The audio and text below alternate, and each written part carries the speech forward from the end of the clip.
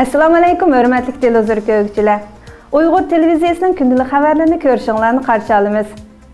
Xalqara maliya terrorluq sandının Dünya Uyğur Qurultayını qar tizimlikə kirgizişi qattiq tənqidga uchirdi. Anqara xalqaralıq kino festivaliga sohibxonlik qiladi. Assalomu alaykum, hörmətli televizor görgüçülər. Xitoy doiralari tijoratchi xillashimga 19 yillik muddatli qamoq jazosi berdi. Yevropa va'da bergan Turkiyadagi Suriyaliklar yordamining bir qismi avatildi. Tövəndə diqqətinizə xəbərlərimizin təfsili məzmunları bolsun. G'uljida ko'z ko'ringan tijoratchilardan biri bo'lgan Xəlil Hashim o'zining Xitoycha o'qiganligi va Uyg'ur urf-odatlariga puxta bo'lmaganligi uchun turmushda, ijtimoiy munosabatda, bo'libmi diniy savod bo'lmasligining xijolatchiligini ko'p tatqanligi uchun boshlang'ich maktabda o'qiyotgan o'g'li Mardon Xəlilni darsdan sirt mezgilida mahalladagi bir oilaviy Qur'on kursiga bergan.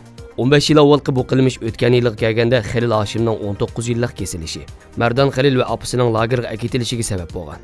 Vaziyatdan xabardor kishining bildirishicha, Xəlil Hashimga Misrni ziyorat qilish, bolasini Qur'on kursiga berish va milliy o'chmanlik paydo qilishdan iborat 3 xil qilmish sababli davlat bexatarligiga xavf yetkazish jinoyati ortilgan ekan.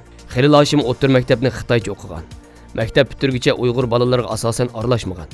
U Xitoy tiliga puxta bo'lganligi uchun dadasining ichkari o'lkalarda qilayotgan tijoratlarga yaxshi moslashib bera olgan bo'lsa-mu, ammo o'zi el jamoatga aralashishda bir qator qiyinchiliklarga duch kelgan. Bo'libmi 1990-yillarda onasi vafot bo'lganda, onasining o'limini uzatish davomida diniy savod bo'lmasligining bir qator xijolatchiligini tortgan. Shunga u 2000-yillarning oxiri boshlang'ich o'qiyotgan o'g'li Mavlon Xəlilni ta'til mezgilida mahalladagi bir oilaviy Qur'on kursiga bergan. Bu qilmish bu navbat uning diniy asabiylik bilan ayblanishiga pokit qilingan. Xəlil Hashimning ayolining va o'tgan yili oliy maktabni yangi bitirgan o'g'li Mardon Xəlilning lagerda ekanligi oshkorlangan.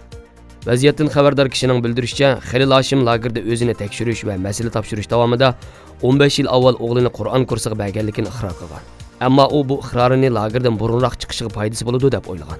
Biroq u buning ayoli va bolasining tutilishi ham o'zining kesilishiga sababchi bo'lishini o'ylab boqmagan ekan. Xəlil Hashimning Qozog'istondagi akasining o'g'li Vahab Hakim tog'isining yaramli bir tijorat ishkanligini ilgari sursa, shohidlar Xəlil Hashimning har xil sohada utuq qozongan bir tijorat ishkanligini bayon qilgan. Buningga qaratash Sharq Turkiston informatsion markazining raisi Abduljalil Qarqash Xitoy kommunistlarining Sharq Turkistondagi musulmonlarga qaratgan siyosatining tub negizi ularning dinini, tilini yo'q qilishla emas, eng muhimi irqiy qirg'inchilik elib berib, Sharq Turkistondagi yerli xalqlarni qo'rtib etishni maqsad qilgan.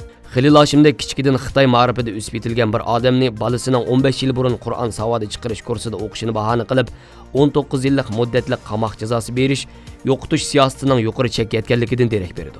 Dunyo jamoatchiligining bunda qabih qirg'inchilik tadbir qo'llanmasa bo'lmaydiganlik to'g'risida keskin bayonot e'lon qildi.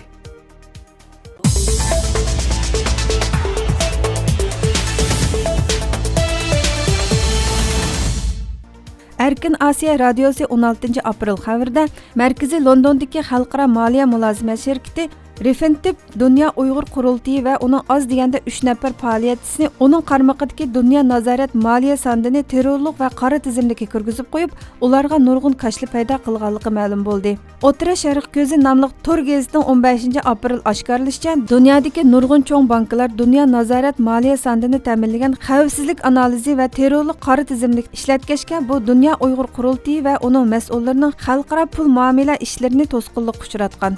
Bu voqeaning Xitoy hukumatı 2 milliondak Uyg'ur, Qozoq va boshqa musulmon xalqlarni yig'ib olish lageri qamishi xalqaro diqqat nuqtasiga aylanib, Xitoy hukumatining jazolash sadosi kuchayotgan mezgilda oshkorlanishi kishilik huquq tashkilotlarida jiddiy andish paydo qildi. Ma'lum bo'lishicha, Dunyo nazorat xavfsizlik sondini burun Thomson Reuters nomli shirkatining ig'dorligida bo'lib, u 2018-yil 10-oyda bu o'rinni Blackstone Refentip nomli tarmoq shirkatini qurib, Dunyo nazorat xavfsizlik sondini uning boshqarishiga o'tkazib bergan.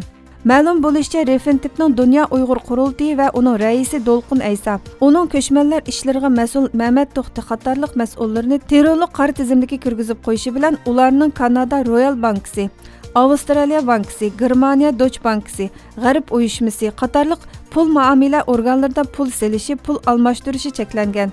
O'tira Sharq ko'zi to'g'rini bildirishicha, Dunyo Uyg'ur Qurultayı 2008-yili Dunyo nazorat xavfsizlik mulozimat sondini terrorlik qora tizimlikka kirgizib qo'ygan. Dunyo Uyg'ur Qurultayıning nima uchun bu ishni hozir qadar bayqamaganligi ma'lum emas. Dunyo Uyg'ur Qurultayı raisi Dolqun Aysaning bildirishicha, Angliyadagi bir qonun mulozimat o'rni ular bilan aloqalashib, ularning terrorlik qora tizimdagi kirgizib qo'yilganligini aytgandan keyin ondan bu ish ularning diqqatini tortgan. Dolqun Aysaning ilgari surishicha, o'xshash ahvol yana Dunyo Uyg'ur qurultiyining Germaniya Deutsche Bank'idagi hisob nomeriga pul yotqizish masalasida yuz bergan. U Deutsche Bank'ning Avstraliyadagi Uyg'ur jamoati avatgan i'ona pulini qaytarib etganligi. Banki bilan so'zlashsa, Deutsche Bank'si Avstraliya bankisi qaytarib oldi deb javob berganligini bildirdi.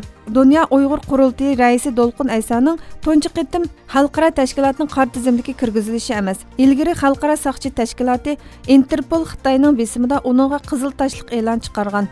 Lekin Interpol o'tgan yili qizil tashliq e'lonni bekor qilgan. Dolqun Aysaning bildirishicha, navbatda ular Dunyo Uyg'ur qurultiyi va uning mas'ullarini terrorlik qora tizimdagi kirgizgan Londondagi Refentiv shirkatini sudga tortishni planlamoqda.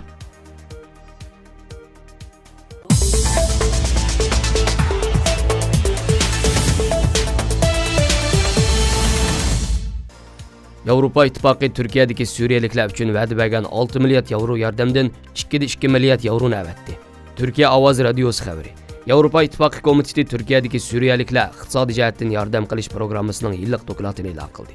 Dokladda Türkiyədəki Suriyalik musafirlarga yardım qilish üçün 2016-yılı qurilgan fondga təxminən 6 milyard yevro təsis qilinganligi xatırlatildi. Fond ramkasida insonparvarlik yordami, ta'lim-tarbiya va səhiyyə qatorliq sohalar bo'yicha 84 loyiha kelishimi imzolanganligi eskartilgan.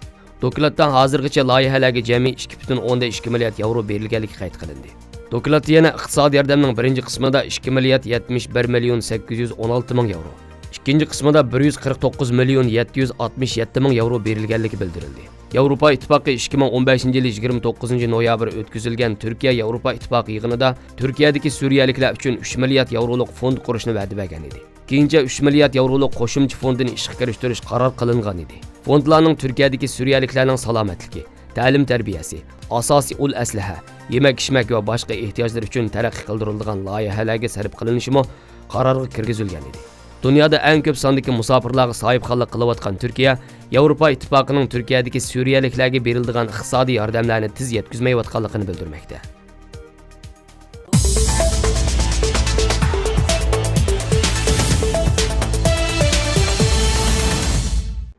Xalqaro kino festivalining 30 yilligini xotirlash faoliyati 18 apreldan 28 aprelgacha Anqarada o'tkazildi. Bu qitimqi festivalda xalqaro kino sohasidagi sarxil filmlar tomoshabinlar bilan yuz ko'rishdi. Dunyo uchur aloqa tadqiqot vaqfisi tarafidan uyushtirilgan 30 navbatlik Anqara xalqaro kino festivalining programmasi e'lon qilindi. Bu qitimqi festival Madaniyat va sayohat ministrligining qo'llashida bo'ldi. Kino festivalda Berlin tez suratlik poyezi, buningdan boshqasi yo'q, Tamlar çekilmoqda, Werner Herzog va 4 qatorliq filmlar qo'yildi ekan. Xabarlarimizni ko'rganingizga rahmat. Görüşkice aman bulunlar.